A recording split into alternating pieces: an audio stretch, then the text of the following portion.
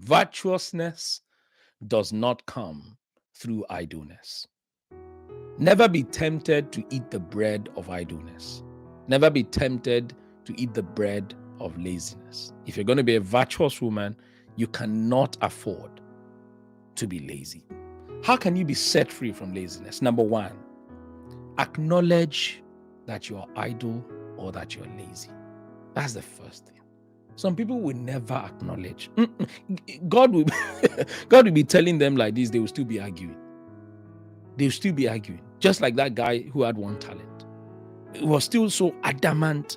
He was still so stubborn in his laziness. You cannot afford to continue to be lazy. Acknowledge that you're lazy. Every change starts with an acknowledgement. Every repentance starts with an acknowledgement. If you're listening to this right now, I'm sure